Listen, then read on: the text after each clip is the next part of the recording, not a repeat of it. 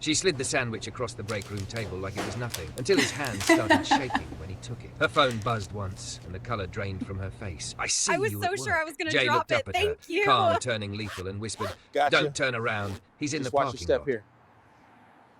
If you've ever loved someone the world didn't understand, like, subscribe, and stay, you're gonna feel this one. Comment love wins if you're staying, because this couple is about to be tested. My plan, make chapter 1 an emotionally heavy first kindness moment in the break room. She's barely holding life together, he's quietly enduring, and the sandwich becomes the small, specific thing that starts everything. The break room at Cobalt Fulfillment always smelled like two things at once: burnt coffee and warm cardboard. The fluorescent lights flattened everyone into the same tired colour, like the place was designed to erase whatever you'd been before you clocked in. Mila Carver pressed her back to the vending machine for a second, just to steal a breath. The machine vibrated softly, a constant hum like a creature that never slept. Her polo clung to her in all the ways she couldn't afford to think about right now, over her chest, around her hips, tight across her soft stomach. She'd tried to tuck it in the mirror that morning, tried to make it look like new job, new me. But the truth kept showing through anyway. She'd cried before sunrise, wiped her face with a paper towel, and still came in because rent didn't care about heartbreak. She tugged her ponytail tighter, smoothed her shirt over her curves like she could press her life into a cleaner shape, and walked toward the corner table with the wobble in the leg. The chair scraped when she sat. Her lunch bag, a faded canvas thing with a broken zipper, made a soft thud on the table. She didn't open it right away. She stared at her hands instead. The skin around her nails was torn from nervous picking. A thin, angry cut ran across her thumb from a cardboard edge earlier on the line. She flexed her fingers, then curled them into her palm until the ache in her chest had something else to share space with. All around her, people ate fast. They didn't talk much. Some scrolled. Some laughed too loudly, like laughter could scare off the weight of their lives.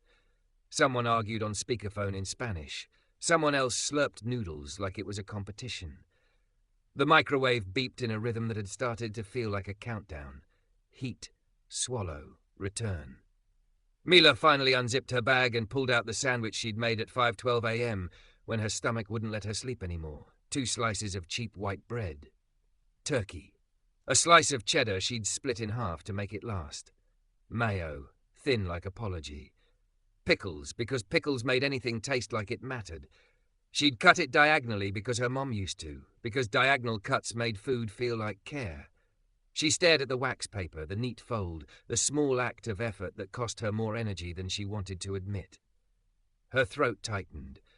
Across the room, the door opened and a man walked in like he was trying not to take up space. He was black, tall in a quiet way, broad shoulders under a plain grey hoodie, work pants that had seen too many kneeling hours, boots scuffed at the toes. His face didn't look hard, but it looked trained, like he'd learned early that softness could be used against you, so you kept it behind your eyes and showed the world the calm instead. He wore the orange safety vest, half-zipped. His badge read, J. Waters.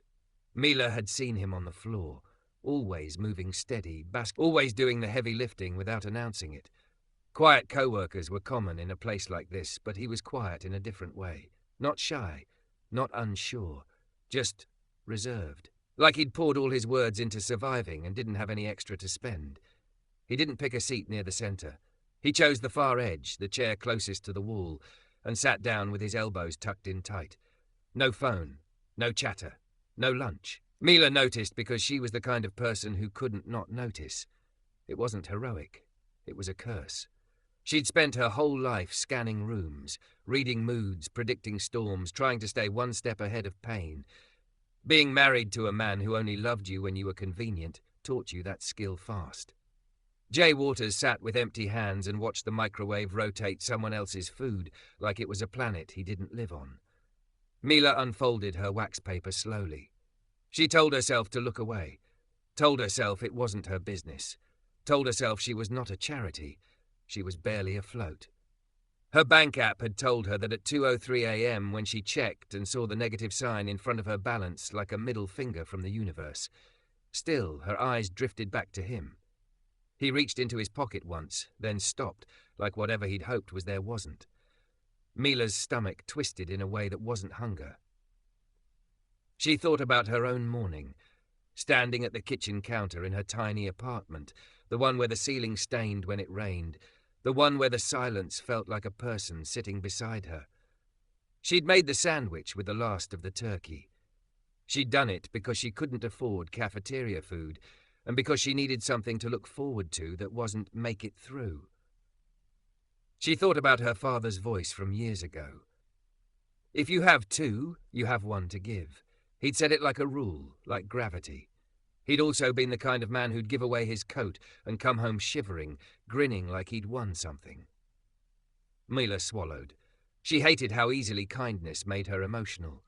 Hated how her eyes burned at the smallest proof that the world could still be tender. She wrapped her sandwich back up. Then she stood. Her chair squealed. A couple people glanced at her, then back to their screens. Nobody cared. In a warehouse, everybody was too tired to care. Mila walked across the room with her lunch in her hands like it was something fragile, like it could break if she held it wrong. When she reached his table, she stopped a little distance away, not too close, not cornering, just present. "Hey," she said, voice low, You eating?" Jay Waters looked up slowly. His eyes were warm brown, tired at the edges. His expression didn't shift into surprise the way some men's did when a woman spoke to them. No entitlement, no performance. Just attention. "Nah," he said. One syllable. Clean. Honest. Mila held up the sandwich. "I made too much," she lied, because the truth felt too raw. "I saw you, and I can't unsee you." He looked at the wax paper like it might be a trap. Then he looked at her again, studying her face like he was trying to figure out what it cost her to be standing there. "I'm good," he said, and it wasn't pride. It was something else. A habit. A shield. Mila's throat tightened. She set the sandwich on the table anyway, gently, like placing a sleeping baby down. "It's just turkey and cheese," she said quickly. "Nothing fancy. Pickles, too. If you hate pickles, I'm sorry in advance." The tiniest thing happened at the corner of his mouth. Not a smile. Not yet. More like his face forgot to be guarded for half a second. "I don't hate pickles," he said. "Good," Mila breathed, and her voice cracked on the word like it carried a whole different meaning. "Good. There's at least one thing in this world we can agree on." He didn't touch the sandwich right away. His hand stayed on his lap, big and still. He stared at it like it wasn't food so much as a question. Mila's heart thumped too loud in her ribs. "I'm Mila," she added, because leaving without offering her name felt like throwing kindness like a rock and running away. He glanced up again. "Jay?" he said after a beat. "People call me Jay." Mila nodded like she was filing it somewhere important, like his name mattered, like he mattered. "Okay, Jay." She tried to smile. It came out shaky. I'll let you eat." She turned to go, but his voice stopped her, quiet and careful. "Mila?" She looked back. Jay tapped the sandwich lightly with 2 fingers, almost like he was making sure it was real. "You sure?" he asked. Not about the food, about the giving. About what it would take from her. Mila stared at him for a second, and something in her chest loosened. Not all the way, but enough to breathe. "I'm sure," she said. "I'm tired of pretending I'm not." Jay's gaze held hers, steady and unreadable, and then, like he was making a decision with his whole life behind it, he nodded once. "Thank you," he said. 2 words, but they hit Mila like a wave, like someone had finally acknowledged that kindness had weight. Mila walked back to her table and sat down with an empty lunch bag, her stomach already tightening in regret and relief at the same time. She stared at her hands again, but they were shaking now, not from hunger, from feeling. Across the room, Jay unfolded the wax paper slowly, reverently, like he didn't want to waste even the sound of it. He took one bite, and the way his eyes closed for half a second, just half, made Mila feel like she'd done something bigger than a sandwich. Then her phone buzzed in her pocket. She pulled it out, expecting an alert from her bank, or a reminder, or nothing at all.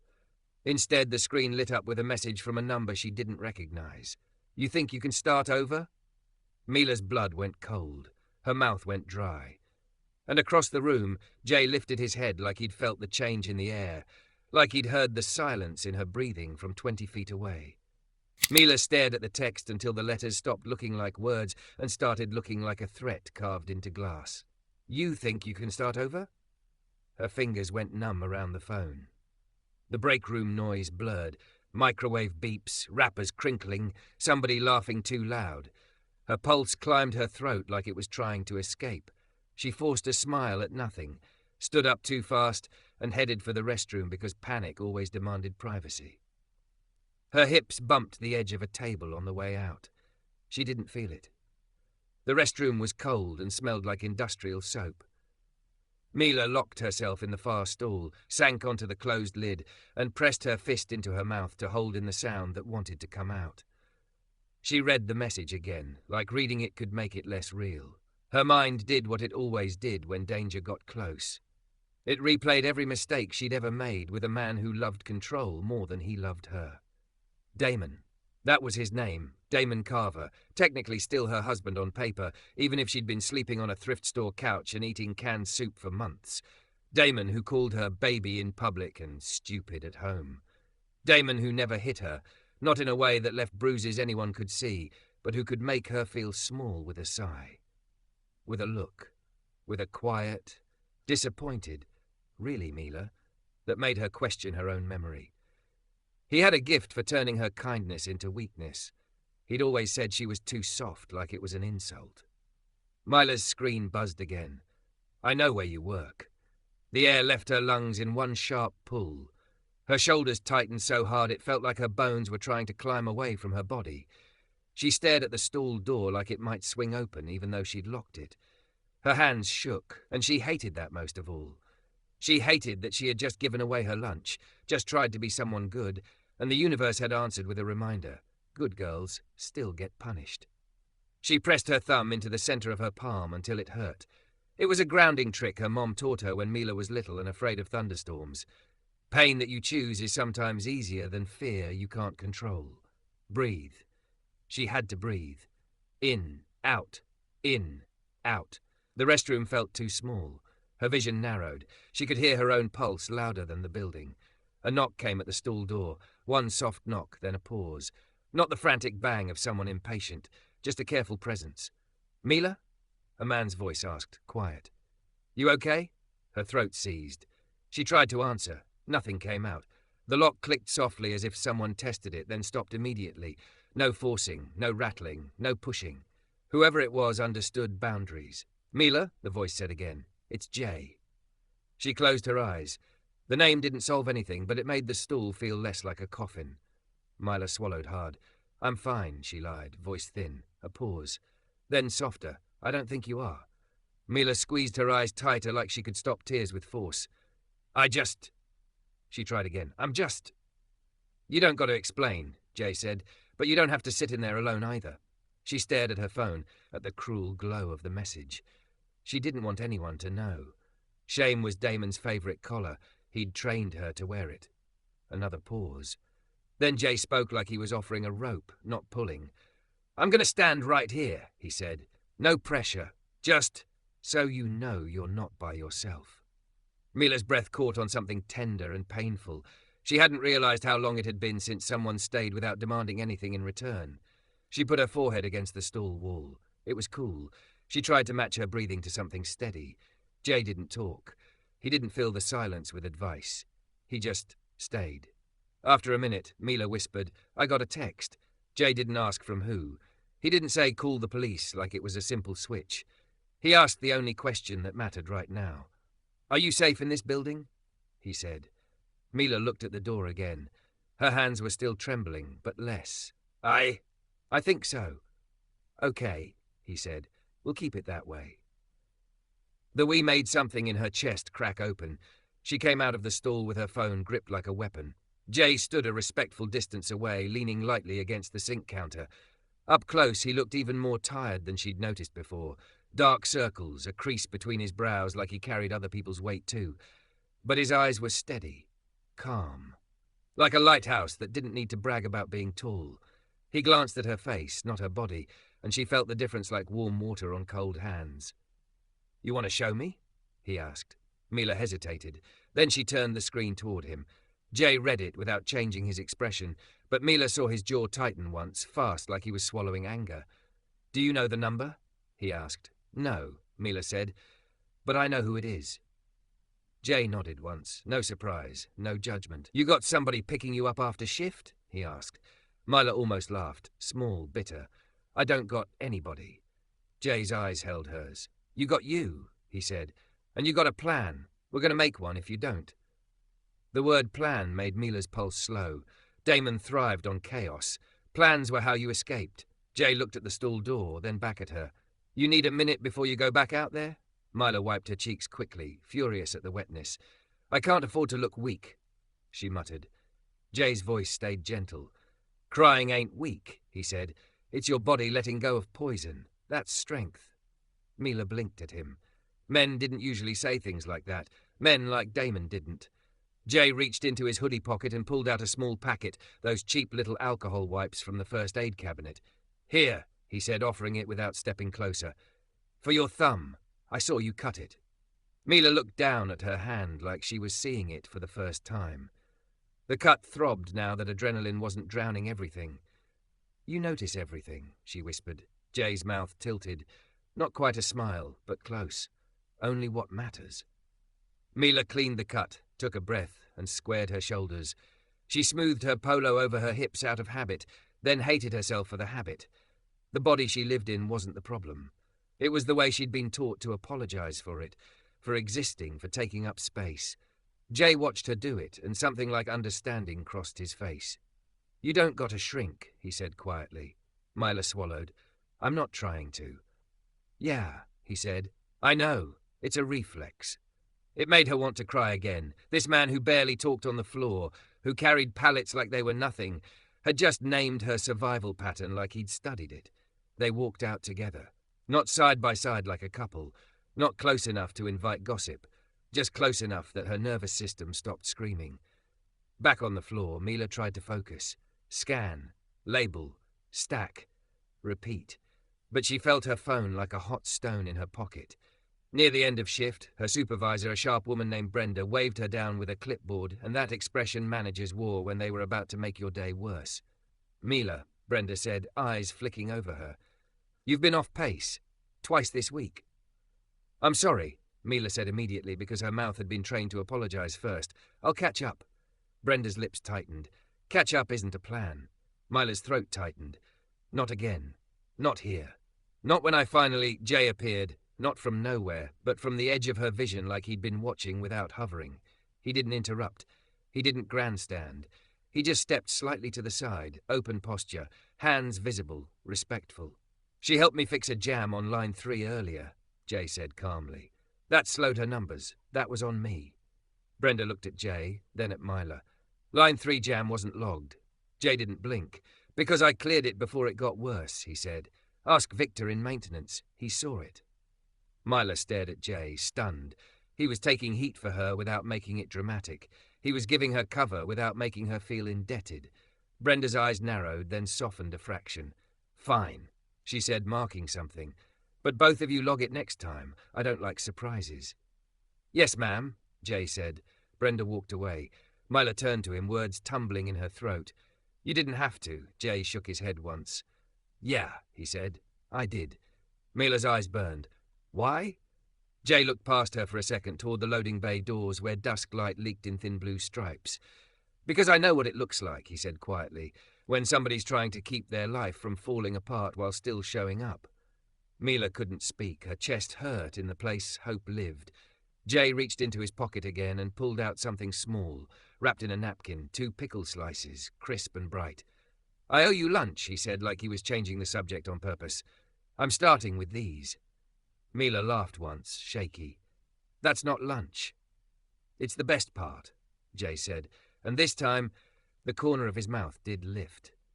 Mila took the pickles. The crunch was sharp and alive on her tongue. For half a second, she forgot her phone existed. Then the security door buzzer sounded at the front of the building, 2 long, angry presses like someone didn't believe in waiting. Mila's body recognized the rhythm before her mind did. Her stomach dropped. Her vision tunneled. Jay watched her face change and turned his head toward the entrance, eyes sharpening. Through the glass vestibule, Mila saw a familiar silhouette, tall, confident, a posture that said the world owed him room. Damon. And before she could move, before she could even breathe, Jay stepped, not in front of her like a hero, not possessive, not touching her, just a half step closer, positioned between Mila and the glass with a calm that felt like steel wrapped in velvet.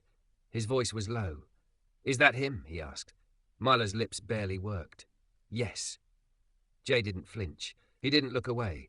He just nodded once, like the plan had already started forming. "Okay," he said, "stay with me. We're not doing this alone." The glass vestibule made Damon look like a reflection you couldn't wipe away. Tall, clean coat, hair exactly styled, that familiar posture like the world was his hallway. Mila's knees went watery. Her throat shrank. It wasn't just fear. It was her body remembering every time he'd turned a simple conversation into a cage. Jay didn't touch her. He didn't grab her arm or pull her behind him like a movie hero. He only shifted. One quiet half step, so Damon's line of sight had to pass through him to get to her. Hands visible, shoulders relaxed, calm as a locked door. "You want to go to the office?" Jay asked, voice low enough that only she could hear. Mila's tongue stuck to the roof of her mouth. The buzzer sounded again, 2 long presses, impatient, entitled. Jay's eyes flicked to the security camera in the corner of the ceiling, then back to her face. "You don't have to talk out here," he said. "You choose where. You choose." The words didn't erase Damon, but they gave Mila something back, a little square of ground to stand on.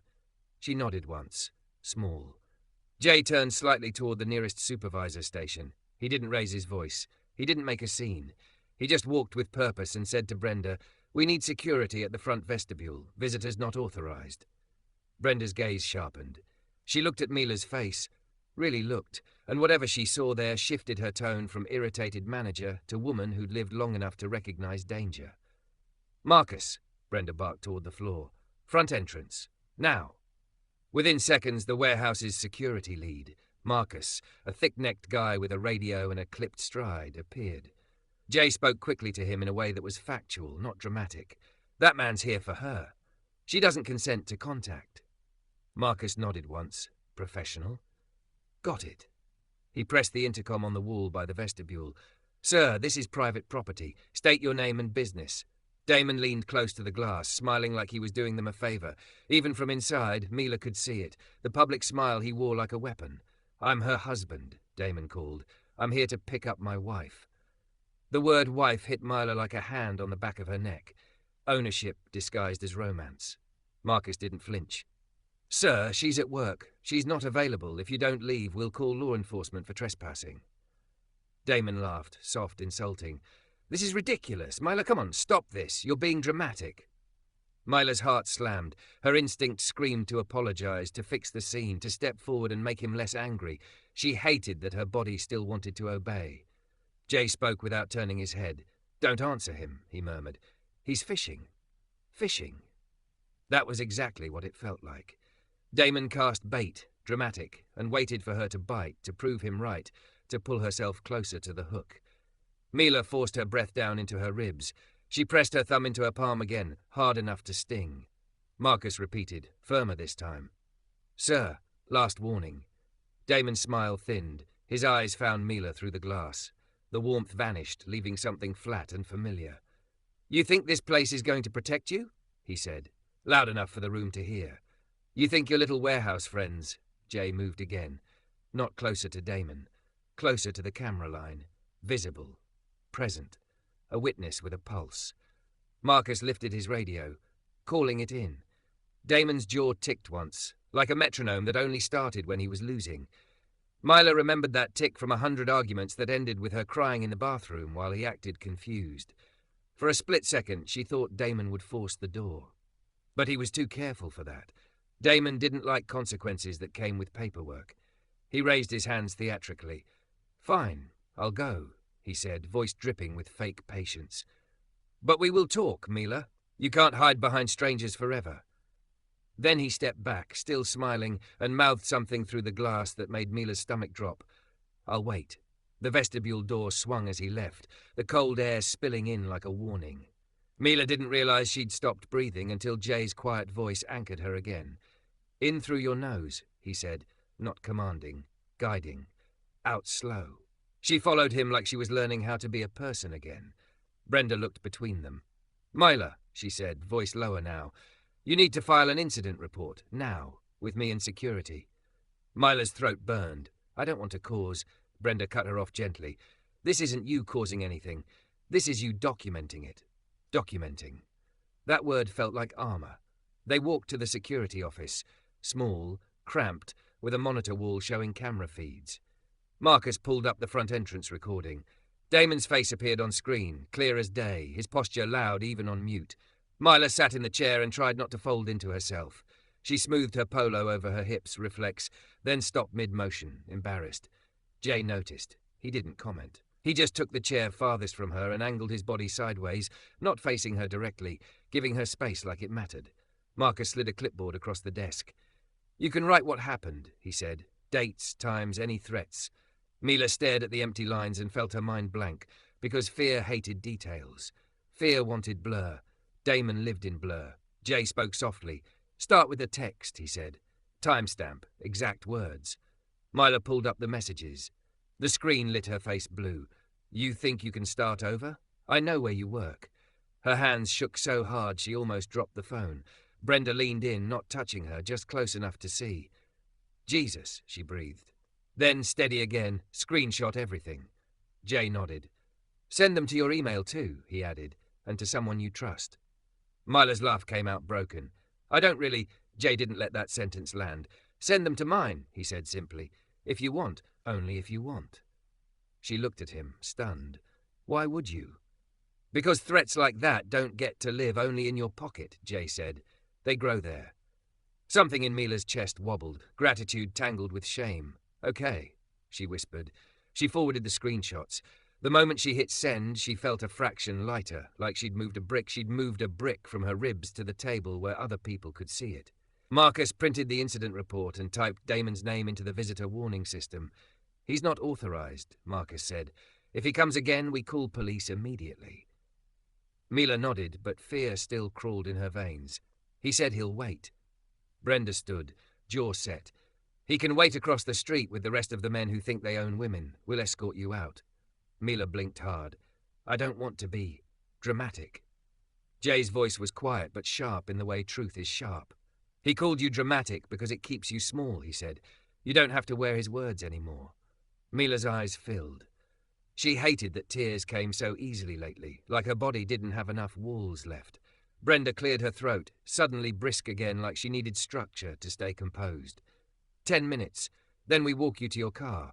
Marcus, you're with us. The last hour of shift passed like a fog. Mila's hands moved on autopilot, scanning, stacking, labeling. Her mind kept flicking to the parking lot like it was a mouth. When the final bell hit, Brenda gathered her, Marcus and Jay. You don't have to come, Mila whispered to Jay as they walked. It sounded like a test, like she was waiting for the moment he'd say, I've done enough. Jay's eyes stayed forward. I know, he said. I'm coming anyway. Outside, the air was colder. The sky had turned the color of bruised denim. Parking lot lights cast long shadows across rows of cars. Mila spotted Damon immediately, standing near the far curb by the street, hands in his coat pockets, posture relaxed like a man waiting for takeout. He smiled when he saw her. Mila's stomach lurched. Marcus raised his voice, steady and official. Sir, you've been told to leave the property. Step back to the sidewalk. Damon held up his hands in mock surrender. I'm on the street, he called. Relax. He tilted his head, eyes on Mila, and his voice turned sweet like poison stirred into tea. Mila, sweetheart, just talk to me. 5 minutes. Mila's whole body wanted to move toward him just to end the tension. That was the trap. Talk to me sounded harmless, but it never was. Talking always became explaining. Explaining became apologizing. Apologizing became surrender. Jay didn't move closer to Damon. He moved closer to Mila's car door and stood at an angle, not blocking her, simply making the path clear. Open palms posture. Space, safety. Mila's fingers trembled on her keys. Damon's smile widened when he saw it, when he saw how scared she was. You're really going to let some guy from work tell you what to do? Damon called. Jay didn't respond to Damon at all. He looked at Mila, voice low. Eyes on me, he said. Not him. You don't have to answer. Mila swallowed hard. She nodded. Once. She opened her car door, slid in and locked it immediately. The click sounded like a prayer. Brenda leaned to the window. Drive straight home, she said. If he follows, call 911. Do not go inside your apartment if you feel unsafe. You hear me? Mila nodded, blinking fast. Jay stepped back from the car and held her gaze through the glass for a second. His expression didn't ask for anything. It only promised something. You're not alone in this. Mila rolled the window down a crack. Her voice came out small. Thank you, she said. Jay's mouth tightened, like he didn't know what to do with praise. Eat something tonight, he said instead. Real food. Mila managed a shaky smile. I gave away my sandwich. Jay's eyes softened. Then I owe you one, he said. Tomorrow. Mila started the car. As she pulled out, her headlights swept across Damon's face. For a second, his smile dropped. His eyes went cold. Then her phone buzzed again, right there as she passed the exit. A new message from the unknown number lit up her screen. Turn around. I'm right behind you. Mila's hands clenched on the steering wheel so hard her knuckles whitened. In her rearview mirror, 2 headlights clicked on. Mila's hands locked around the steering wheel so hard her wrists ached. The message glowed on her phone like a brand. Turn around. I'm right behind you. She didn't. She couldn't. Her whole body wanted to obey, just to make the tension stop, just to keep him from getting worse. But she'd learned the cost of that kind of peace. It was never peace. It was only postponing the next storm. 2 headlights in her rearview mirror kept the same distance, as steady as a threat that knew it had time. Mila forced her breath down into her stomach, counted the inhale like she was climbing stairs. 1, 2, 3, 4. Out slow. Her thumb dug into her palm until the sting cut through the panic. Brenda's voice replayed in her head. Do not go inside if you feel unsafe. Mila's apartment sat 10 minutes away, dim and quiet, the kind of place Damon could wait outside without anyone noticing. The thought turned her stomach. She didn't go home. She aimed for light. The closest option was a gas station off the main road, bright canopy, cameras, people moving in and out. She pulled in fast, tires crunching, heart pounding like it wanted to warn the entire city. The headlights behind her turned in too. Mila's vision tunneled. Her hands started to shake again, harder this time. She parked under the brightest light and locked her doors with a frantic click-click like it could keep fear out. Damon's car slid into a spot 2 spaces away. He didn't get out right away. He waited, because he loved waiting. Waiting was power. Waiting was making you hold your breath until you couldn't think straight. Mila's phone sat in her lap, screen still open. Her fingers hovered over the call button. 911, Brenda had said. If he follows. Her chest rose sharp. Mila hit call before she could talk herself out of it. 911, what's your emergency? Her voice came out thin but clear, like her body knew this mattered. I'm being followed, she said. My husband, he showed up at my job. He's been texting threats. He's behind me right now. I'm at... She looked up at the sign, blinking hard. I'm at the Shell on East Grove and 9th, under the canopy. Stay in your vehicle, the operator said. Are your doors locked? Yes. Do you have a description of the vehicle following you? Mila swallowed. Black sedan. Plate. She craned her neck, trying to read through trembling lashes. The numbers blurred. I can't. It's okay, the operator said. Can you describe him? Mila's stomach twisted, the familiar shame rising like bile. White male, mid-30s, tall, clean coat. She almost said my husband again like that made him safer. His name is Damon Carver. As if hearing his name gave him permission, Damon opened his door. Mila's whole spine tightened. He stepped out with the same slow confidence, hands in his pockets, face arranged into that charming public expression he wore when he needed to look harmless. He walked toward her car like he belonged there. The operator's voice stayed steady in Mila's ear. Ma'am, is he approaching your vehicle? Yes, Mila whispered. Do not roll down your window. Do not unlock the door. Officers are on the way. Damon stopped beside her driver's window and tapped the glass once, gentle, almost affectionate, like he was knocking on the door of a house they shared. Mila's breath caught. Her body remembered that tap, remembered the way it always preceded him, telling her she was overreacting, that she'd embarrassed him, that she made him act like this. He leaned down, face close, smile soft. Through the glass his mouth moved. Mila, come on. She shook her head, small. No, his smile didn't drop. It sharpened. He lifted his phone and held it up to the window, screen facing her. A selfie. A photo of her apartment building taken from across the street. Her front door in the frame. Mila's blood turned cold. He mouthed, slow and clear, "I can wait." Something inside her, something that had been trained to fold and soften, snapped instead. She raised her phone so he could hear the operator on speaker. "The police are coming," she said, voice shaking but real. "Leave." Damon's eyes flicked to the phone. For a split second, irritation broke through his charm. Then he rearranged his face into wounded innocence, like he'd practiced it in the mirror. "You called the police?" he said, loud enough for the gas station cashier to hear through the open door. "Mila, what is wrong with you?" The operator heard it too. "Ma'am, do you feel threatened?" "Yes," Mila said immediately. She surprised herself with how quickly the word came out, how clean and correct it felt. Damon's jaw ticked, the tiny metronome of his losing control. He stepped back, lifting his hands. "Fine," he said, voice dripping with fake patience. "I'm leaving. I don't want trouble." But he didn't leave. He hovered beside his car, leaning against it like a man waiting for a friend, like he wasn't doing anything wrong at all. Mila's body trembled so hard her teeth clicked. Then she saw the patrol car lights flash at the end of the lot, red-blue cutting through the night like an announcement. Witnesses have arrived. 2 officers stepped out. One stayed near the cruiser, hand resting on their belt. The other walked directly toward Damon, posture calm and practiced. "Sir," the officer said, "we received a call about stalking and harassment. What's going on tonight?" Damon's voice went syrupy. "It's a misunderstanding. That's my wife. She's upset. She's been emotional lately." Mila flinched at the word. Emotional, his favourite weapon. The officer's gaze cut toward Mila's car. "Ma'am," he called, "can you confirm whether you want contact with him tonight?" Mila's hand shook on the door lock. Her voice came out stronger than she expected. "No," she said, "I don't." The officer nodded once, as if that was the only thing that mattered. "Sir, step away from the vehicle." Damon's smile twitched. "Are you serious? I'm on public property." "You're being instructed to leave her alone," the officer replied.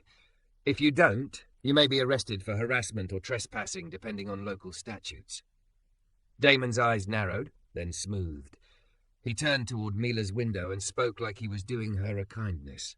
"This is embarrassing," he said quietly, "for her alone. You're making yourself look crazy." For years, that sentence had worked like a switch in her body. Shame on, courage off. Tonight, under the harsh canopy lights, with police watching and her phone full of proof, it landed differently. Mila stared at him through the glass and let her voice come out flat. "No," she said. "You did this." Damon blinked like he didn't recognize her. The officer guided him back, asked for his ID, asked questions. Mila watched Damon perform confusion, perform hurt, perform the role of a man being unfairly punished for loving too much.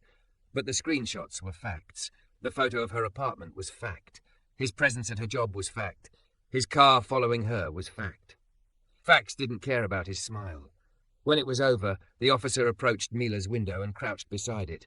Not too close, not looming, speaking like a human being. "Ma'am," he said, "we can take a report right now. I strongly recommend it. This is escalating." Mila's throat tightened. Part of her wanted to say no, because reporting felt like poking the bear. Another part of her, the one that had just said, "You did this," forced her mouth open. "Yes," Mila whispered. "I want to report it." The officer nodded. "Okay, can you drive to the station safely?" Mila hesitated. The thought of being alone on the road made her stomach fold. Then her phone buzzed. Not a threat this time. A message from Jay. "You good? I've been worried. I'm headed your way if you want. Send your location." Mila's eyes burned. She didn't realize how much she needed that simple offer. No pressure, no guilt, just presence, until it was there. She texted the location with shaking fingers. At the station, Mila sat under fluorescent lights again, but these ones didn't feel like they were trying to erase her. The officer printed forms. A desk sergeant took her statement. Mila's voice wobbled at first, then steadied as she spoke the truth out loud. Dates, times, exact words. The way Damon's concern always turned into control. She thought she would feel shame saying it. Instead, she felt something closer to release. Like speaking the truth was cutting a cord. Jay arrived 20 minutes later, not rushing in like a savior, not storming the desk, just stepping into the lobby with that quiet steadiness, scanning until he saw her, then stopping at a respectful distance. Mila looked up and suddenly her throat closed. Jay didn't ask, "Why didn't you leave sooner?" He didn't say, "I told you so." He didn't try to fix her with words. He simply said, "Hey." And for reasons she couldn't fully explain, Mila almost broke apart on the sound of it. "I'm sorry," she blurted, because apologizing was still her reflex. "I didn't want to drag you into." Jay shook his head once. "You didn't drag me," he said. "You asked for help. That's different." Mila blinked fast. "I didn't even ask." "You called the police," Jay said gently. "That's you asking." A clerk called Mila's name. She stood on legs that felt too weak, smoothed her polo over her hips without thinking, then stopped herself halfway through. Jay noticed and didn't look away. "You don't have to do that," he murmured. Mila's voice cracked. "I don't know how not to." Jay's gaze softened. "We'll learn," he said. "One little thing at a time." When Mila finished the report, the officer handed her a paper with a case number and instructions for a temporary protective order. She stared at the ink like it was a new language, the idea that she could be protected by something other than her own silence. Outside, the night air was colder. Jay walked her to her car, not touching, not crowding, just close enough that her nerves didn't scream. Before she got in, Jay held out a brown paper bag. Mila frowned. "What's that?" Jay's mouth tightened like he was embarrassed by generosity. "I stopped at the deli by 9th, he said. "You didn't eat today." Mila stared at the bag like it was unreal. "Jay," he cut her off softly. "It's turkey and cheese," he said. "Pickles too, on white bread, cut diagonal." Mila's chest clenched so hard it hurt. "The same," she whispered. Jay nodded, eyes on the ground for a second. "I told you I owed you one." Mila took the bag with both hands like it was heavy with more than food. Her voice came out small. "I don't know what to say." Jay looked at her, calm as a promise. "You don't got to say nothing," he replied. "Just eat and go somewhere safe tonight." Mila swallowed. "I don't have a safe place." Jay's eyes didn't flinch. "Then we'll make one," he said. And as Mila sat in her car with that warm bag in her lap, smelling pickles and bread and a chance at a life that didn't belong to Damon, her phone buzzed one more time. A new message from the unknown number. "You can get a paper. You can't get rid of me." Mila didn't sleep that night. She sat in her car outside the police station for a long minute with the paper bag on her lap like it was the only warm thing left in the world. The deli sandwich smelled like safety. Turkey, cheese, pickles, white bread cut diagonal, simple enough to be real, specific enough to anchor her. Her phone buzzed again. "You can get a paper. You can't get rid of me." Her stomach folded, but something different happened this time. The fear didn't swallow her whole. It rose, hot and sharp, and hit something hard inside her that hadn't been there before. Jay stood a few feet away under the streetlight, hands visible, not crowding her door, just present. Like a steady post you could tie a storm to. Mila rolled down her window a crack and held up the phone so he could see the message. Her voice shook, but it didn't break. "He won't stop." Jay's eyes tightened for a second, then softened again. Like he refused to let anger become the driver. "Then we don't rely on him stopping," he said. "We rely on you getting safer." She swallowed. "I don't have anywhere to go." Jay nodded once, like he'd already accepted that as true, and wasn't going to waste time arguing with it. "You do tonight," he said. "Brenda offered her guest room. I talked to her." Mila blinked. "You talked to Brenda?" "Yeah," Jay said simply. "She's a tough lady. Tough people know what this looks like." Mila's eyes burned. "Why are you doing all this?" Jay looked at her like the answer was obvious, but the world hadn't been giving Mila obvious kindness lately. "Because you shared your lunch with me," he said, voice low, "and because you didn't ask for this." Mila let out a sound that was half laugh, half sob. "A sandwich isn't—" "It wasn't the sandwich," Jay said gently. "It was the way you saw me, the way you didn't make me beg." Mila stared at him, chest tight, and for the first time in a long time she felt the ugly Damon voice in her head lose volume. Jay tapped his own phone. "Screenshot his new message too. Send it to the officer. Keep stacking facts." Facts. Armor. Mila took one bite of the sandwich and chewed slowly, forcing her body to remember. You're allowed to eat. You're allowed to live. Then she drove to Brenda's house with her heart in her throat and Jay's truck behind her. Not tailgating, not pressuring herself, just there like a second set of headlights that meant protection instead of threat. Damon didn't show up that night. But the next morning, he tried. Mila woke to another text, short and mean. "Open the door." She stared at it, hands shaking, and then she did something that would have been impossible a month ago. She didn't respond. She forwarded it to the officer. She forwarded it to Brenda. She forwarded it to Jay. And then she stood in Brenda's guest room, in borrowed sweatpants that didn't fit her curves right, and pressed her thumb into her palm until the sting reminded her she had choices now. Jay met her outside Cobalt Fulfillment before shift, not smiling, not dramatic, just steady. "You ready for the protective order paperwork?" he asked. Mila's mouth went dry. "No." Jay nodded. "Me neither," he said, "but we're doing it anyway." They went on lunch break, not to the break room, but to the courthouse annex. The waiting area smelled like old paper and disinfectant. Mila filled out forms with a pen that kept slipping because her hands wouldn't stop trembling. Jay sat 2 chairs away, angled sideways, giving her space and presence at the same time. He didn't watch her like she was fragile. He watched the room like he was making sure no one came close without her noticing. When Mila got stuck, he didn't take the pen from her. He asked questions. What did he say exactly? What time? Any witnesses? Any photos? Her life became dates and screenshots and case numbers. It was exhausting.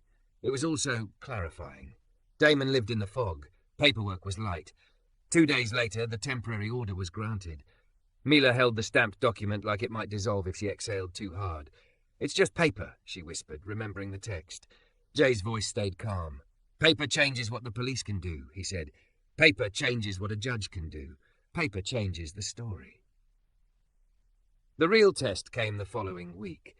Mila stepped out of the warehouse after shift, escorted again, just like before, and saw Damon across the street by the curb, hands in his coat pockets, posture lazy like he was waiting for her to get bored of being protected. Mila's stomach went tight. Jay didn't move in front of her. He didn't grab her. He simply stood close enough that she could breathe and said, "You don't talk to him. You don't explain. You document." Damon lifted his phone and called out, voice loud and sweet. "Mila, this is insane. You're really going to do this?" Mila's pulse hammered in her ears, but she heard Jay's words like a rope. No explaining, no negotiating, no begging for understanding from a man who used understanding as a leash. Mila pulled out her phone, hit record, and said with a flat voice she barely recognized as her own, "You have a protective order.